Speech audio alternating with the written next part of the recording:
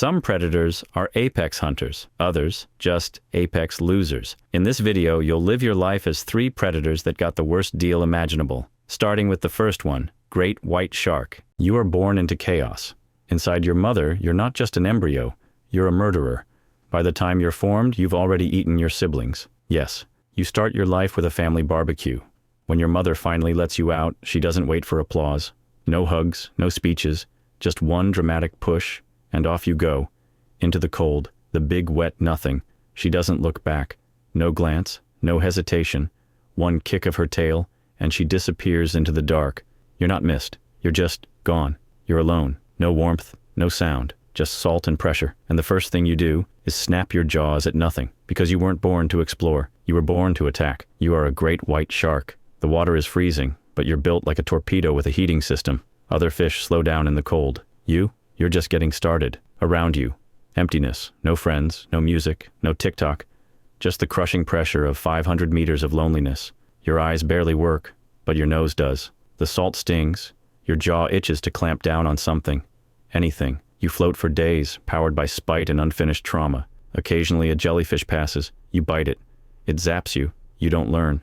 Eventually, you find food, a fish that's already dead, disappointing, but edible. You don't discriminate. You're not a hunter. You're more of a biological vacuum cleaner. Then, movement. Another shark. Smaller. Could be a sibling.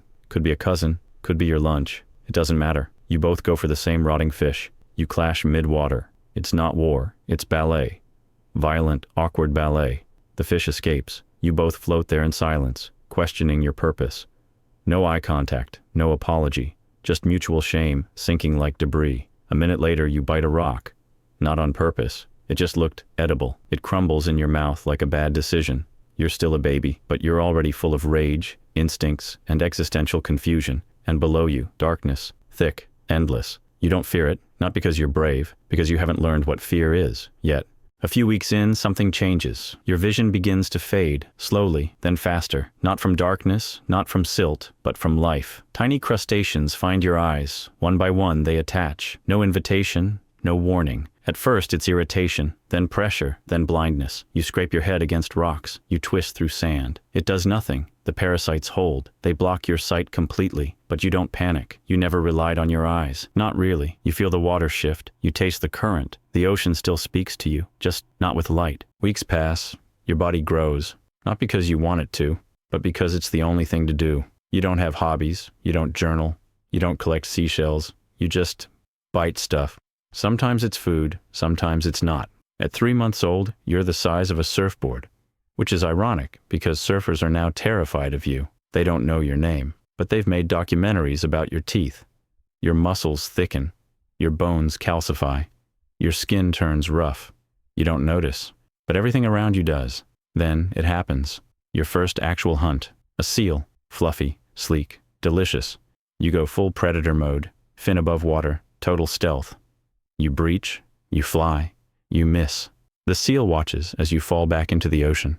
It doesn't laugh, but you know it wants to. And you feel judged. You sink, dignity gone. But you learn. Next time, you don't aim for the seal. You aim for the future location of the seal. You become a living missile. This time it works. You bite down. The ocean fills with red. You feel power, panic, protein. Your body jolts, not from pain, but from purpose. Something ancient flickers in your brain. Something older than memory. This is what you were made for. And for the first time you realize you are not just surviving. You are the reason others don't. You swim away slowly, cool, collected. Your face says, apex predator. Your brain says, what the hell was that? A few hours later you get stuck in a tire. So much for dignity. You spin in circles, confused, and slightly offended. The tire holds for 5 minutes, then snaps off with a squeak. Somewhere far above, a plastic bottle drifts by. You don't know what it is, but you want to bite it. Months pass. You grow longer, slower, not in speed, in decision. You no longer chase every shape. Some things move too fast, others move wrong. Once, you follow a silver flash across the sand. It twists mid-turn, reveals its teeth. Not long, but sharp. You turn too late. It strikes once and disappears. Pain blooms along your lower jaw. A split, thin, but deep. Blood leaks into the current. You swim downward, slow and shaking. The cold helps. The dark helps more. It takes days to close. You don't eat. You don't chase. You drift. When you return to hunting, your mouth feels different, not weaker, just aware. You miss more now, but you also survive longer. As your body slows, the cold around you stops being punishment. It becomes structure. Your blood thickens. Your muscles stretch more slowly. You eat less, but you last longer. The pressure above feels like silence. You stop needing warmth. You stop expecting light. Years pass. You grow slowly. Bones stretch. Muscle thickens. Your head no longer overwhelms your body. Your movements sharpen, not fast enough to be noticed by dolphins, but enough to catch most things before they react. You stay closer to the coastline now. Shallower water. Warmer temperatures. Movement everywhere. Fish, birds, boats. The current is more chaotic. The light changes quickly here. Shadows scatter and regroup. At first, you avoid the noise. Then you begin to explore it. One day, something passes overhead. Long, flat, fast. It cuts through the water with unnatural force. You rise slowly, following the vibrations. It's not alive, but it moves like something that once was. You bite. Your teeth scrape against hard material. Not bone, not shell. Something different. The taste is bitter, sharp. Your jaw aches. One of your teeth breaks, drifts away. Blood mixes into the water. Yours. You sink. The pain fades slowly. The memory stays. Later you chase a shadow along the seafloor. It moves irregularly, hesitant. Not fish, not familiar. You close in. It vanishes. You circle. The water shifts. A low hum spreads through your skull. You don't know where it's coming from, but you feel it. Heavy, cold, present. You descend. It follows. You stop. It stops. You move sideways, slowly, flattening your profile. The presence adjusts with you, as if watching. It doesn't breathe. It doesn't drift. It stays. You dive deeper. After a time, it fades. The hum lessens. The pressure normalizes. You wait. The current settles again, but something has changed. You begin to avoid light. You react faster to sudden movement. You keep your distance from shadows that behave too deliberately. Whatever it wasn't hunting. It wasn't fleeing. It was something else. And the ocean no longer feels as empty as before. You're 25 now, fully grown. Movement has become automatic. Your body adjusts without hesitation. Muscle memory guides you through current and shadow. You haven't seen another of your kind in years. Then one day, in deeper water, you sense motion that doesn't belong to prey. Similar size, similar speed. It keeps its distance. So do you. For hours, you circle each other. Wide loops. No sound. No contact. Then slowly, the distance narrows. You pass each other twice. On the third turn, your bodies connect. Once, then again. You swim side by side. No contact, no recognition, only matched speed. After a while, the current shifts. So do your paths. You circle once. Then again. Closer this time. The space between you collapses. The act is brief. No struggle, no resistance. When it ends, she moves on. Without sound, without pause. You don't follow. There's nothing to follow. No bond, no memory. You continue in the opposite direction. The instinct recedes. Nothing has changed. But somewhere ahead, something has begun. You return to your route. Somewhere in the dark, the result of that encounter will grow. It will feed on its siblings. It will drift toward the coast. And one day, it will bite something it doesn't understand. You move on. Later, a scent cuts through the current. Not fish, not familiar. Thicker, warmer. You follow it down. The light fades. The water presses harder against your sides. Ahead, a seal, motionless. The body hasn't been torn yet. You circle once, then twice. You close in. Before you bite, something shifts beside you. Sudden, close, fast. Another shark. Not your kind. Slimmer, quicker. It strikes first. Not at the seal. At your side. Pain opens like a split in your body. Long, shallow, but real. You don't react immediately. You drift back. Blood trails from the wound. The sixth gill circles again. Tighter now. Closer. You lunge. Jaws wide. Contact is brief. Your teeth lock just behind its gills. The other shark twists free, leaving a long tear and a line of blood in the water. It vanishes into the dark. You don't chase it. Instead, you dive toward the bottom. You find space between two rocks. Narrow. Still. You stay there. Hours pass. The bleeding slows. The muscle around the wound stiffens. The current shifts and brushes the tear. Slow at first, then hard enough to sting. You twitch but don't move. You can't. Your heart slows. The pain settles. Your body begins to seal itself. Not quickly, but enough. Eventually, the current returns to normal.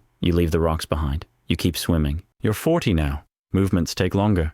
Not because you hesitate, but because your body does. The space between instinct and response grows slightly wider. You don't notice it, but the ocean does. Your path has narrowed. Fewer dives, fewer fights. You stay close to deep channels. The current guides you more than you guide it. You chase less. Your jaw doesn't close as fast. Your turns leave wider arcs. Your teeth still cut, but not clean. Once you follow a seal for half an hour. It glances back once, then disappears into deeper water. You don't follow. You can't. Your body begins to hold damage longer. Small scrapes don't fade. They stay, darken, scar. Parasites cling to the soft edges around your gills. Some you remove, others stay too deep to reach. The hunger doesn't leave, but you don't respond to it the same way. You move through instinct, not strength. And when something shifts in the current, you don't meet it head on. You wait. Once, you find a whale, floating, still. The body is tilted sideways, unmoving. You circle, cautious. No bites, no scavengers, no blood, just silence and bulk. You close in. Your jaw opens. The flesh resists. Then, movement. The tail rises slightly, then drops. A tremor rolls beneath the surface. The eye opens. You twist away, but not fast enough. The whale turns. The force of its motion shifts the current. A second strike hits your lower body. You are dragged through silt. The world turns upside down. Then, stillness. You flee into deeper water.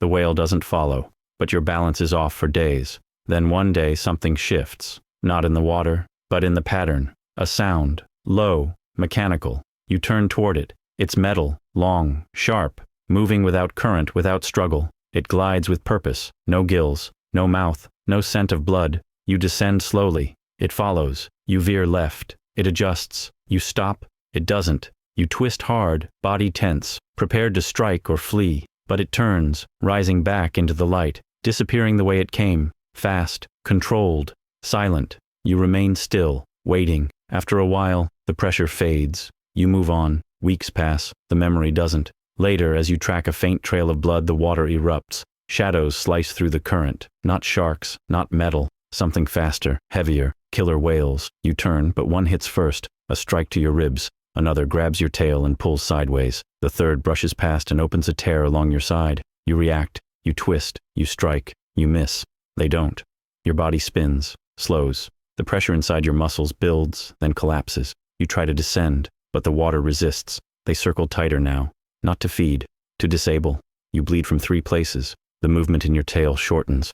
One of your fins drags behind you, unresponsive. You don't scream. You don't run. You sink, mouth open, blood trailing, movement gone. They vanish. The current takes you. No sound, no surface, just your body, slowly turning, drifting sideways through the water column. No burial, no mark, no trace of beginning or end, just silence and salt. That was the great white shark. Next is a predator built for power, but cursed with a life of endless struggle, the grizzly bear. You are born into chaos, not woken, born, dropped into a dark, cramped den beneath a frozen hillside. You're a shivering tube of fur between 2 confused siblings. Your mother, a 400-pound skeleton with fur who hasn't eaten in months. She curls around you, giving everything she has left to keep you alive. You're blind, helpless, and blissfully unaware that outside is a death trap full of things that would gladly snack on you. Life is simple. Squeak, suckle, sleep, repeat. But winter doesn't last forever. One day, your mother decided it was time and opened the entrance to the den with her claws. Light floods in like a punch, and before you can scream, she throws you out into the world. It's brutal. The forest slaps you with cold, blinds you with brightness, and overwhelms you with smells you can't name. Welcome to the forest. Nobody cares you were just born. It's spring. Your siblings' paws sliding on melting ice, and it's when you realize something crucial. You're snack-sized, small, software delicious. And out here, that's a problem. Your mother isn't here to make you feel safe. It's to make sure you don't die stupid. From the moment you leave the den, she teaches you the fine art of survival. One day, you're busy gnawing a stick and mom just stops. Her muscles lock, nostrils flare. You pause too. A growl, deep, close. Wolves. They explode from the brush. Yellow eyes, foam, teeth. You freeze. But mom, she rises up like a mountain coming alive. Her roar cracks through the forest like thunder. She charges, claws out, and chaos follows. One wolf goes down in a blur of fur and red. The others hesitate. Wrong move. She doesn't just fight. She dominates. When it's over, she's breathing hard. Her fur soaked in someone else's blood. She doesn't comfort you, doesn't nuzzle your face or lick your tears. She just stares, then turns back to the woods. Lesson delivered. Out here, softness gets you killed. By summer, you're trying to figure it out. You watch mom dig for roots, rip logs for beetles, and dive into icy rivers. You try to mimic her. Your first attempt, you belly flop onto a rock, thinking it's a fish. The trout vanish. Mom doesn't scold you, just gives you that long, disappointed stare that says everything. The forest doesn't slow down. If you fall behind, you disappear. Your first kill happens fast. When you were eating blueberries from the bush, You noticed a chipmunk. Instinct kicks in. You lunge, awkward, unsteady, and somehow connect. It squeaks once, then silence. You stare down. It's barely the size of your paw, chest twitching, broken. For a second you hesitate. Then you remember Mom, her roar, her force, and you do what she'd do. You bite. It ends. It's clumsy, cruel. Nothing like the clean kills you've seen, but it's real. The blood in your mouth proves it, and you can't forget the taste. You smell it before you see it. Something sweet and golden drifting through the trees like a promise. You follow your nose, stepping clumsily over roots, until you find it. A hive. You've seen Mom go after honey before. She made it look easy. A few swipes, a few stings, and sticky victory. You swipe. Hard. The hive splits. The hum rises into a roar. Then the pain starts. Tiny burning needles bury into your snout, your ears, your neck. You panic. Swing. Stagger. The sky fills with wings. You run, blind and roaring, into the underbrush, flailing like you're on fire. You throw yourself into a creek. Finally, silence, breath, wet fur, swollen face. You stare down at your paws, empty. No honey, no reward, just welts. The forest doesn't just punish weakness, it punishes greedy. You study Mom, how she waits, how she moves. You pick it up fast, not by choice, but because hesitation means hunger. Out here, the forest doesn't forgive. Every meal is a fight. It starts like any other hunt. You follow Mom through the trees, her steps silent, nose high. Then you see it. A massive bull moose grazing by the river. She crouches low. You do the same, heart pounding. She charges, but the moose doesn't run. It turns. Antlers crash into her side like a tree falling sideways. She stumbles, roars, swipes, but it's not enough. Blood stains the ground. The moose bolts, vanishing into the brush. Mom limps away, breathing hard, leaving a red trail behind her. For the first time, you realize she's not invincible. She doesn't vanish, not completely. You see her one last time limping into the trees, one shoulder torn and bleeding. She doesn't look back. Maybe she knows she won't make it. Maybe she doesn't want you to watch. And just like that, your world shifts. The forest stretches wider. The silence grows heavier. You stumble, misjudge, nearly become prey. You learn fast, or disappear. Then one day, luck, a fresh deer carcass, still warm. You dive in like it's your right, but before the blood dries on your jaws, you hear it. Branches snap. Another bear, bigger, starving. He charges. You run. You're faster, barely. You escape with nothing but breath and fear. The forest doesn't care who's hungry. If you want to eat, you fight for it. By your 4th year, you've changed. 700 pounds of muscle and memory. Smaller predators vanish when you pass. Young bears hesitate. One afternoon, you find a juvenile at a carcass. He sees you, freezes. You stare, say nothing. He bolts. You don't chase. The food is yours. You've turned into the predator you used to be afraid of. By your 8th year, you're fully grown, nearly 8 feet tall on your hind legs and tipping the scale at 1,200 pounds. Fat, muscle, and scar tissue have replaced every ounce of softness you once had. Your jaw can crack bone. Your patience? Gone. The forest gives you nothing you haven't taken by force. Then comes spring. The rivers rise. The air smells like pollen, wet bark, thawed rot, and something else. A scent that cuts through everything like smoke through cold air. A female. You follow it without thinking. Not because you want to, because you have to. It drags something up from deep inside your chest, something primal, something older than fear, but you're not alone. Another male stalks the same trail. He's heavier. He doesn't slow down when he sees you. He doesn't need to. He's done this before. You don't roar. You don't threaten. There's no warning. You meet like falling trees. The fight is chaos. Claws, teeth, weight slamming into weight. You take a gash across the ribs. You give one back across his throat. You're both bleeding. You're both panting, but only one of you breaks. He stumbles, hesitates. You don't. When he disappears into the trees, leaking red and limping hard, you don't watch him go. She's waiting. There's no greeting, no ceremony, just heat and breath and gravity. The forest turns quiet around you, as if holding its breath. You don't know if she chose you, or if it simply had to happen. By morning, she's gone. You don't follow. You don't wonder where she went. You don't look for her. The forest doesn't care about love. Only survival. Only continuation. The seasons blur. Spring melts into summer, fades into frost, returns again before you notice. Your bulk feels heavier. Your reflexes slower. Scars itch in the cold like old ghosts. Bones click when you rise. Fights still happen. Over food, over space, sometimes over nothing at all. But now they end with you limping, wheezing, dripping more blood than you used to. Younger bears don't flinch like before. They hold your gaze longer. Step closer. They smell it on you. The fatigue, the edge softening. They're not afraid. Not yet, but almost. You still win. You're still a force. But each victory leaves more cracks. Your breath takes longer to steady. The cold bites deeper. You start avoiding certain trails, certain confrontations. One evening, after a brutal clash, you don't chase. You don't finish. You just turn away. Not because you're merciful, because you're tired. The forest notices. It always does. And it waits. The snow returns. Your joints ache before it even touches the ground. You find your way back to a den you haven't used in years. It's smaller than you remember, or maybe you're just bigger, or heavier. heavier. You lower yourself inside, bones cracking with the effort. Every breath is slower, deeper. Each exhale feels like it takes more than it gives. You don't feel fear, just silence. Just cold in your bones where fire used to live. Memories flicker. The roar of your mother, the warmth of spring, the sting of bees. But they fade as quickly as they come. The world forgets you even before you're gone. You've outlasted most, outfought more. But out here there are no legends, no legacy, just bone, soil, and the rhythm of hunger. The forest doesn't mourn its monsters.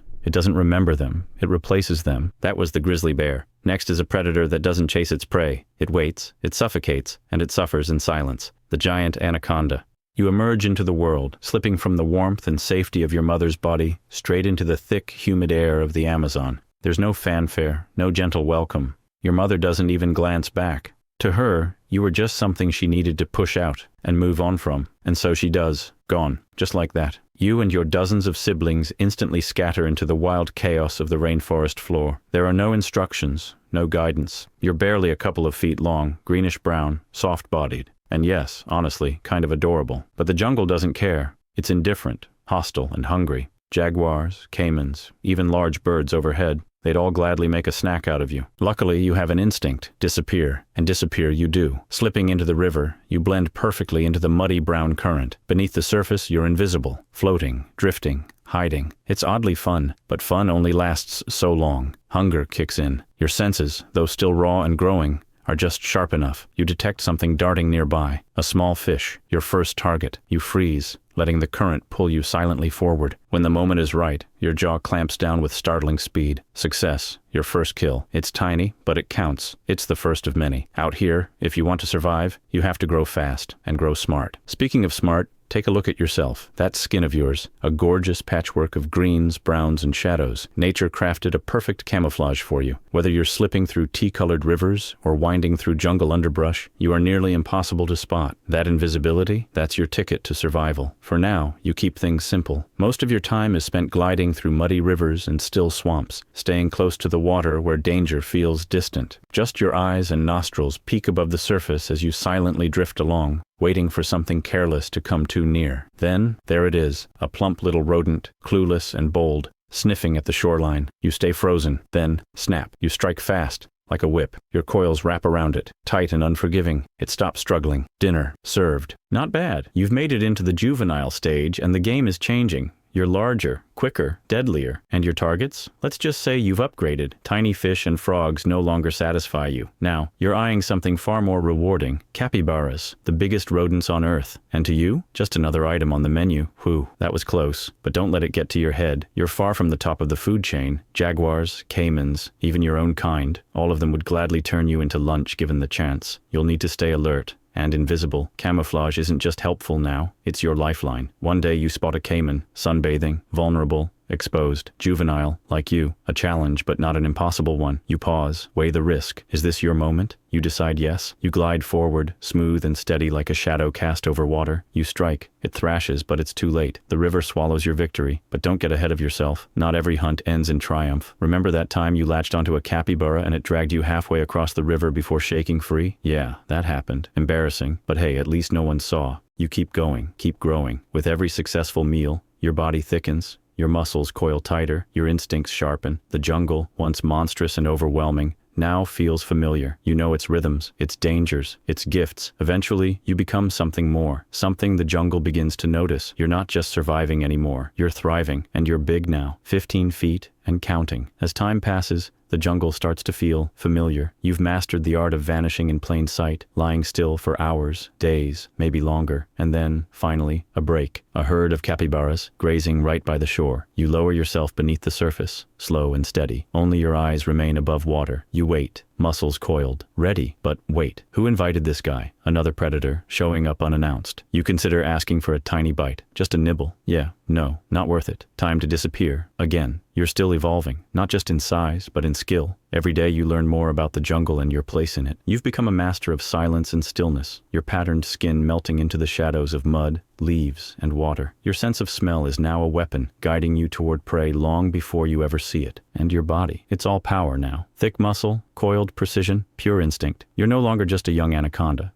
You're nearly grown, and at over 15 feet long, you've reached the kind of size that makes others think twice before crossing your path. No more small-time snacks for you. You've graduated to bigger prey. Now your sights are set on bigger prizes: deer, wild boars, and even the occasional reckless caiman that strays too close. With your size and strength growing, the jungle begins to feel tighter. There's more competition, more danger. You need your own domain, a patch of wilderness you can claim, defend, and hunt in peace. So you set off, winding through the rainforest, crossing streams, slipping under fallen trees, brushing past thick, tangled undergrowth. You're looking for the right place, close to water, rich with prey, but far from rivals. Eventually you find it, a quiet bend in the river, shaded by towering trees and hidden from view. Ideal. You press your body to the earth and leave your scent behind. This place is yours now, your kingdom, your future. And speaking of new beginnings, it's time for something different. Mating. Survival isn't the only instinct driving you anymore. Now it's about leaving something behind. As the season shifts, you catch a scent on the wind,